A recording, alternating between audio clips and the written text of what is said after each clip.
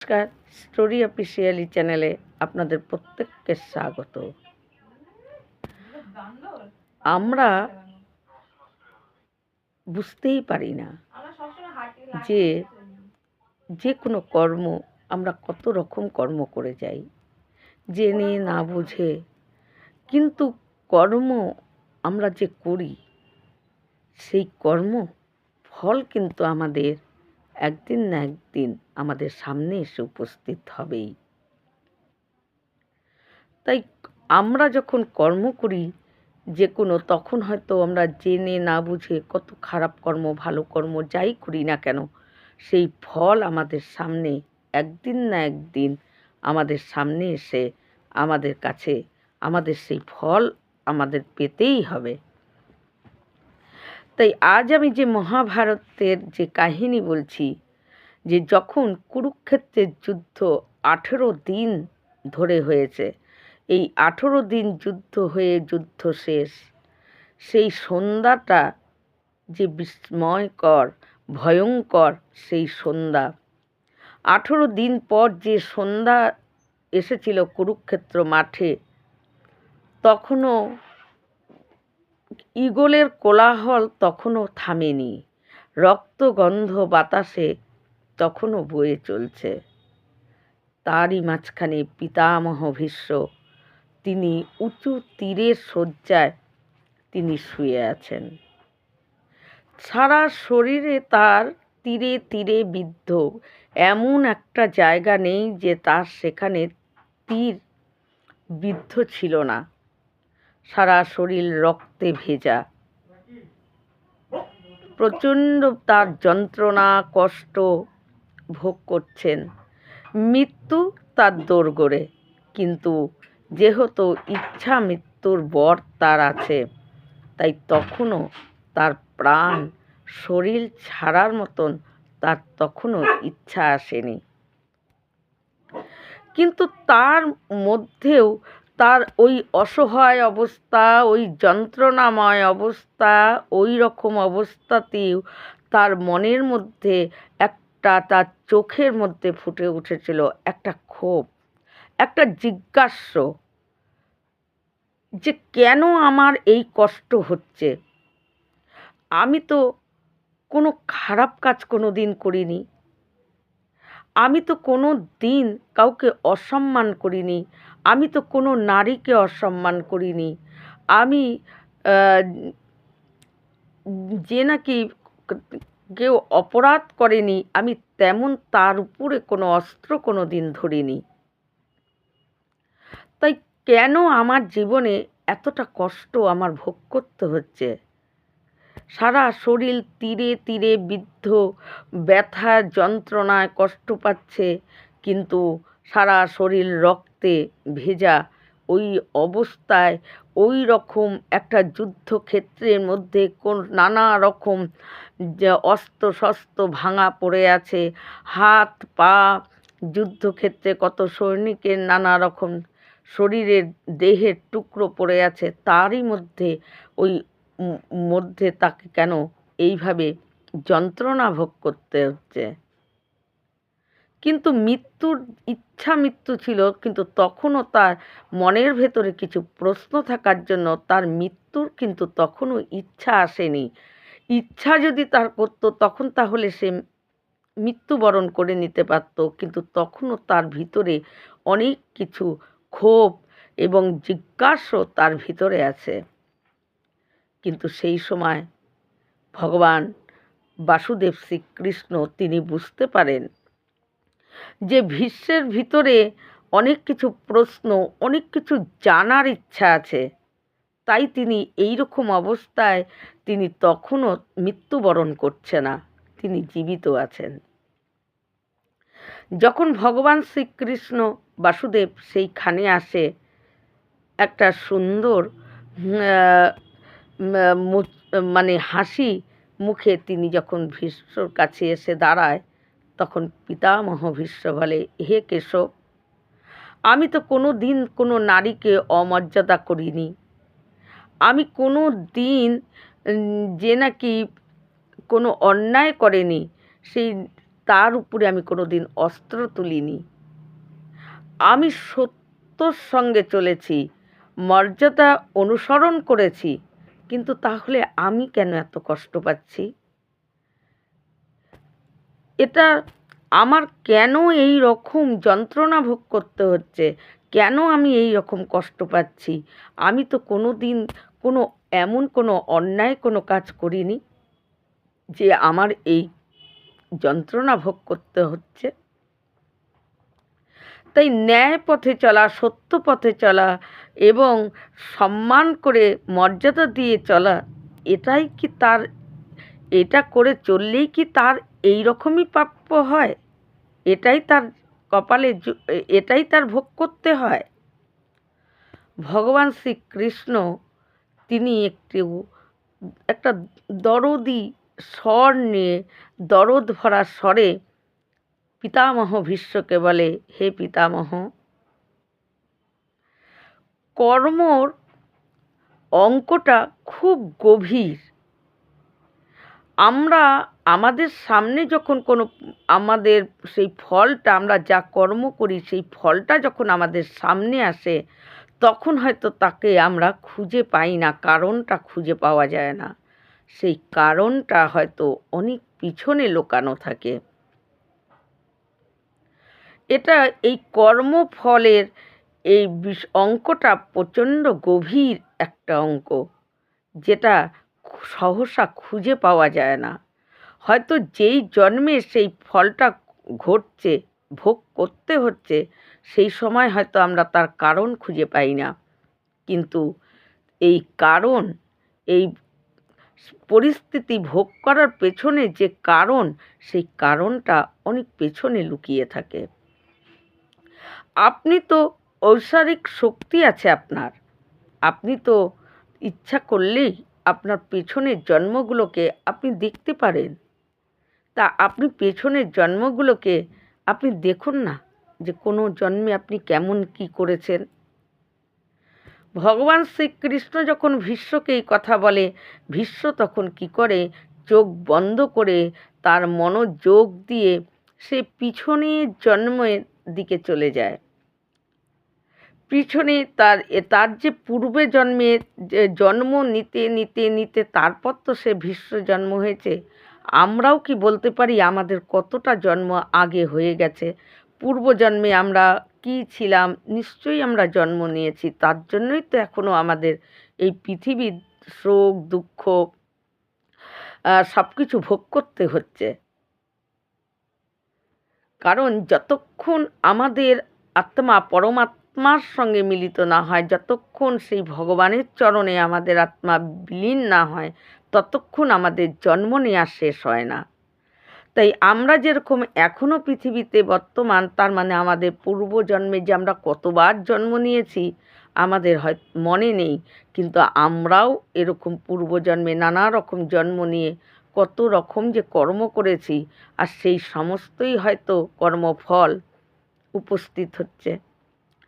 তাই ভগবান বাসুদেব শ্রীকৃষ্ণ ভীষ্মকে বলে যে কর্মফল প্রচণ্ড গভীর, কিন্তু কর্ম যাই করা হোক না কেন, সেই কর্ম ফল তো পাওয়া যাবে নিশ্চিত। কর্ম করলে ফল পেতেই হবে। যে কোনো কর্ম করি না কেন, ভালো খারাপ যাই কর্ম করুক, ফল তো আসবেই। তাই পিতামহ ভীষ্ম তখন কি করে, অনেকটা পুরনো সেই পূর্ব জন্মে 10তম জন্ম দেখে। 10তম জন্মে পিতামহ ভীষ্ম দেখে তিনি একজন ন্যায়পরায়ণ বড় যোদ্ধা ছিলেন। সেই জন্মেও তিনি কোনো রকম খারাপ কোনো কাজ করেনি। তারপর তিনি 50তম, 80তম, 100তম পর্যন্ত তিনি যে পূর্বজন্ম তার ছিল, তিনি যে তার এই ভীষ্ম জন্মের আগে 100 জন্ম তিনি নিয়েছিলেন, সেই 100টা জন্ম তিনি তার ঐশ্বরিক শক্তির দ্বারায় তিনি পিছনের দিকে চলে যায় এবং দেখতে দেখতে থাকেন। তিনি দেখেন যে ১০০তম জন্ম পর্যন্ত তিনি দেখেন যে এই জন্মে এরা ন্যায়পরায়ণ যোদ্ধা ছিল, কোনো জন্মে রাজা ছিল, কোনো জন্মে সাধারণ মানুষ ছিল। এই রকম হতে হতে হতে তিনি দেখেন যে কোনো জন্মে ১০০তম জন্মে তার দ্বারায় কোনো রকম খারাপ কাজ হয়নি। তখন সে চোখ খুলে বাসুদেব শ্রীকৃষ্ণকে বলে, হে মাধব, আমি আমি ১০০তম জন্ম পেছনের দিকে গিয়ে আমি ১০০তম জন্ম দেখলাম, কিন্তু আমি তো কোনো জন্মেই আমার কোনো রকম খারাপ কাজ, আমি কোনো খারাপ কর্ম করেছি সেরকম তো কিছু দেখতে পেলাম না। তখন ভগবান বাসুদেব শ্রীকৃষ্ণ বলে যে তুমি ১০০তম জন্ম পর্যন্ত দেখেছ, কিন্তু তুমি আর একটু পেছনের জন্ম দেখো, তুমি ১০১তম জন্মটাও তুমি একটু দেখো। পিতামহ ভীষ্ম আবারও চোখ বন্ধ করে, আবার চোখ বন্ধ করে পিতামহ ভীষ্ম দেখে যে ১০১তম যখন পিতামহ ভীষ্মর এই ভীষ্ম জন্মের আগে তিনি ১০১তম মানে ১০১বার তার জন্ম নেওয়া হয়ে গেছে, তারপর ভীষ্ম জন্ম। ১০১তম জন্ম যখন তিনি ভালো করে দেখছেন, তখন দেখে সেই ১০১তম জন্মে পিতামহ ভীষ্ম ছিলেন একজন রাজা, এবং তিনি তার সৈনিকদেরকে নিয়ে পথে ঘুরতে বেড়াতেন। এটা তার সেই রাজার নিয়ম ছিল, তিনি তাই করতেন। আর সেই রাজা যখন তার সৈনিকদের নিয়ে পথে ঘুরতে বেরোয়, একদিন তিনি যখন সৈনিকদের নিয়ে পথে ঘুরতে বার হয়, তখন দেখে একটা বিষধর সাপ তিনি যাচ্ছিলেন যে ঘোড়ায়, তার আগে বিষধর সাপ রাস্তা বরাবর সে আছে, থেমে আছে। কিন্তু তার সেনারা যখন ওই সাপকে মারার জন্য দৌড়ে যায়, তখন সেই পিতামহ ভীষ্ম, তিনি যে রাজা ছিলেন, তিনি তখন বলেন যে সেই রাজা তখন বলে যে এই সাপকে মেরো না, একে কোনো আঘাত করো না, একে তুলে নিয়ে একটা বাইরে ফেলে দাও। রাজার আদেশ মতো ওই সৈনিকেরা তীরের আগা দিয়ে সাপটাকে ধরে, সাপটাকে তীরের আগা দিয়ে ধরে সেই সাপটাকে নিয়ে ছুঁড়ে বাইরে ফেলে দেয়। কিন্তু দুর্ভাগ্যবশত সেই যেখানে ফেলে সাপটাকে, সেটা ছিল একটা কাটা গাছের ঝোপ। একটা কাটা গাছের ঝোপে সেই সাপটা আটকে যায়। তো সেই সাপটা অনেক বাড়ানোর জন্য চেষ্টা করে, কিন্তু সে যতই বাড়ানোর চেষ্টা করে, ততই তার শরীরের মাংসের মধ্যে কাঁটাগুলো মানে গেঁথে যায়। আর যখন তার সারা শরীর কাঁটায় জর্জরিত হয়ে যায়, সারা শরীরে কাঁটা বিঁধে যায়, গেঁথে যায়, তখন সেই সাপ অসহায় যন্ত্রণা ভোগ করতে থাকে। আর তার এই যন্ত্রণার সময় বিভিন্ন রকম পিঁপড়ে এরা তার উপরে আঁচড় কাটতে থাকে। এতটা যন্ত্রণা ভোগ করে, ওই যন্ত্রণা ভোগ করতে করতে সেই সাপ ৬ দিন বেঁচে ছিল। সেই সাপ কাঁটাতে বিদ্ধ হয়ে ৬ দিন তার প্রাণ ছিল। কিন্তু ৬ দিন পর সেই সাপ যখন আর তার যন্ত্রণা সহ্য করতে পারে না, তখন তার মৃত্যু হয়ে যায়।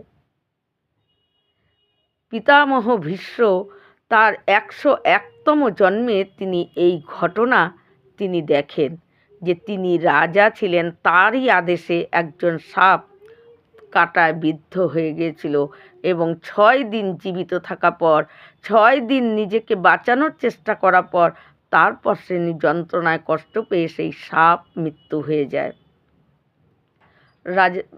পিতামহ ভীষ্ম চোখ খুলে বাসুদেব শ্রীকৃষ্ণকে এই ঘটনা বলে যে আমি ১০১তম জন্মে আমি এটা দেখলাম, কিন্তু হে বাসুদেব কৃষ্ণ, আমি তো কাউকে ইচ্ছাকৃতভাবে আঘাত করিনি, আমি তো তাকে ইচ্ছাকৃতভাবে কাঁটার মধ্যে ছেড়ে দেইনি। তখন ভগবান শ্রীকৃষ্ণ, বাসুদেব শ্রীকৃষ্ণ পিতামহ ভীষ্মকে বলে যে, হে পিতামহ, কর্ম জেনে করা হোক আর না জেনে করা হোক, বুঝে করা হোক না বুঝে করা হোক, কিন্তু সেই কর্ম ফল তার কাছে আসবেই। সেই কর্ম যদি কেউ করে সেই ফল তার কাছে আসবেই, নিশ্চিত সেই ফল তার কাছে আসবেই। সে জেনেই করা হোক আর না বুঝেই করা হোক কর্ম, সেই ফল আসবেই। তাই আপনার এই শত জন্মের এতটা পুণ্যবলের এতটা শক্তি ছিল, তাই এই 101তম জন্মে যে এই খারাপ কর্মটা, যে আপনার আদেশে একজন সাপের কাটা বিদ্ধ হয়ে তার মৃত্যু হয়েছে, এই যে কর্মটা, সেটা ফুটে ওই শক্তিশালী ভালো কর্মের মধ্যে দিয়ে সে সেই খারাপ কর্মটা সে আসতেই পারছিল না। তাই এতটা জন্ম পার হয়ে গেছে, আপনার পুণ্যফল ভোগ করতে করতেই সেই খারাপ কর্ম সে আসারই সুযোগ পাচ্ছিল না, যে তার জীবনে কখন সেই খারাপ কর্মফলটা তাকে ভোগ করতে হবে। কিন্তু আপনি যখন এই কুরুক্ষেত্রের যুদ্ধে অধর্মের পক্ষে, অন্যায়ের পক্ষে হয়ে আপনি যখন লড়েছেন, তখন ওই আপনার যে পুণ্য ফলের যে শক্তি, সেটা একটু কমে যায়, তার শক্তি কমে যায়। আর সেই শক্তি কমে যাওয়ার জন্য তখন সেই সময় যে 101তম জন্মের যে আপনার খারাপ কর্মফলটা, সেটাও আপনার সঙ্গে যোগ হয়ে যায়। আর সে তার জন্যই আজকে আপনি এই কষ্ট ভোগ করছেন, সেই কর্মফলই আপনি এখন ভোগ করছেন। কারণ আপনার এই অন্যায়ের পথে, অন্যায়দের সঙ্গে, অধর্মের সঙ্গে পক্ষ হয়ে আপনার যুদ্ধ করাতে আপনার আরও খারাপ কর্ম হয়ে গেছে। আর যখনই খারাপ কর্ম বেশি হয়ে যায়, তখন আমাদের ভালো কর্মর শক্তি হারিয়ে যায়। আর যদি ভালো কর্ম বেশি থাকে, তাহলে খারাপ কর্ম কী করে শক্তি হারিয়ে ফেলে, সে তখন পিছে চলে যায়। খারাপ কর্মটা ভোগ হয় তখন অনেক দেরিতে। যদি কর্মফল বেশি ভালো থাকে, তাহলে ভালো কর্মই ভোগ করতে হয় আগে। ভালো কর্মগুলো, সব ফলগুলো আমাদের আসতে থাকে জীবনে। কিন্তু যদি খারাপ কর্ম বেশি থাকে, তখন ভালো কর্মর শক্তি কী হয়, কমে যায়। খারাপ কর্ম তখন শক্তি দেখা, তার জীবনে খারাপ কর্মর ফলই খালি আসতে থাকে। তাই ভীষ্ম পিতামহর যখন ভালো কর্মই বেশি ছিল, শত শত বছর ধরে, মানে 100 বছর তিনি কোনো খুঁজে পায়নি তার দ্বারায় কোনো খারাপ কাজ হয়েছে। তাই ভালো কর্ম তার বেশি ছিল। তাই ভালো কর্ম তার জীবনে এতটা শক্তিশালী ছিল, তার জীবনে যে একটা খারাপ কর্ম ছিল, সেই খারাপ কর্ম ভালো কর্মের মাঝখানে ফুটে বার হয়ে সেটা আসতেই পারেনি। কিন্তু যখনই তার দ্বারা একটা খারাপ কর্ম হয়ে গেছে, তখন ভালো কর্ম শক্তি হারিয়ে ফেলে, আর তখন খারাপ কর্মটা তার মধ্যে চলে আসে, তখন খারাপ কর্মটা তার ভোগ করতে হয়। তাই পিতামহ ভীষ্মের ঠিক এটাই হয়েছে। পিতামহ ভীষ্ম ভালো কর্ম ভোগ করতে করতে যখনই অধর্মের হয়ে যুদ্ধ লড়েছে, তখন সেটা তার জীবনের খারাপ কর্ম হয়ে গেছে। ভালো কর্ম তখন শক্তি হারিয়ে ফেলে, খারাপ কর্ম তখন তাকে তার কাছে ভোগ করার জন্য, সেই ফল ভোগ করার জন্য সে আগে চলে আসে। তাই পিতামহ ভীষ্মেরও এই তীরে বিদ্ধ হয়ে তিনি এতটা কষ্ট ভোগ করতে তার হয়েছে। তখন পিতামহ ভীষ্ম, ভগবান যখন শ্রীকৃষ্ণ যখন তাকে এই সমস্ত তাকে বুঝিয়ে বলে, তখন তিনি তার ভিতরের যে জিজ্ঞাসা, তার ভিতরে যে চোখের মধ্যে যে একটা ক্ষোভ ছিল, যে এত কষ্ট আমি পাচ্ছি কেন, তার উত্তর বা তার সমস্ত কিছু সে বুঝতে পারে। তাই জীবনে, আমাদের জীবনেও যে কোনো কর্ম করার আগে যদি কর্ম জেনে বুঝে তারপর সেই কর্মটা করা উচিত। কারণ আমরা না জেনেও যদি কোনো কর্ম করি, আবার জেনে বুঝেও যদি কোনো কর্ম করি, আর সেই কর্ম যদি খারাপ হয়, তাহলে তার ফল আমাদের সামনে আসবেই, এটা নিশ্চিত। কারো পক্ষেই কেউ কর্মফল কোনো দিন কাউকে ক্ষমা করে না। তাই যে যেমন কর্ম করবে তার ঠিক তেমন ফল ভোগ করতে হবেই। কিন্তু কিছুদিন দেরিও হতে পারে সেটা, আবার কিছু আগেও কেউ ভোগ করে নিতে পারে। এটাও তার কর্মফলের কতটা তার উপর নির্ভর করে। যদি কর্মফল বেশি হয় তাহলে ভালো কর্মই আগে সে ভোগ করবে, খারাপ কর্ম তখন তার মধ্যে ভালো কর্ম শক্তিশালী হয়ে যায়, খারাপ কর্ম সেখানে আসতে পারে না, সে পিছনে পড়ে যায়। আর যদি খারাপ কর্মই আমরা বেশি করি তাহলে খারাপ কর্ম ভোগ করতে হয়, ভালো কর্ম তখন অনেক পেছনে পড়ে যায়, ভালো কর্ম ভোগ করার জন্য অনেক দেরি লাগে, বা এই জন্মে হয়তো নাও করতে পারি, পরের জন্ম নিয়ে আবার সেই ভালো কর্ম ভোগ করতে হয়। তাই এটাই হলো কর্মফল। কর্মফল কাউকে ক্ষমা করে না, সে তুমি যেই হও। কর্মফল ভগবানকেও, কর্মফল থেকে ভগবানও রেহাই পায় না। কর্ম আমরা জেনেই করি আর না বুঝেই করি, আর অজান্তেই করি, সেই ফল আমাদের সামনে এসে দাঁড়াবেই। এই রকম ভিডিও পাওয়ার জন্য আমার চ্যানেলটিকে সাবস্ক্রাইব করবেন। নমস্কার।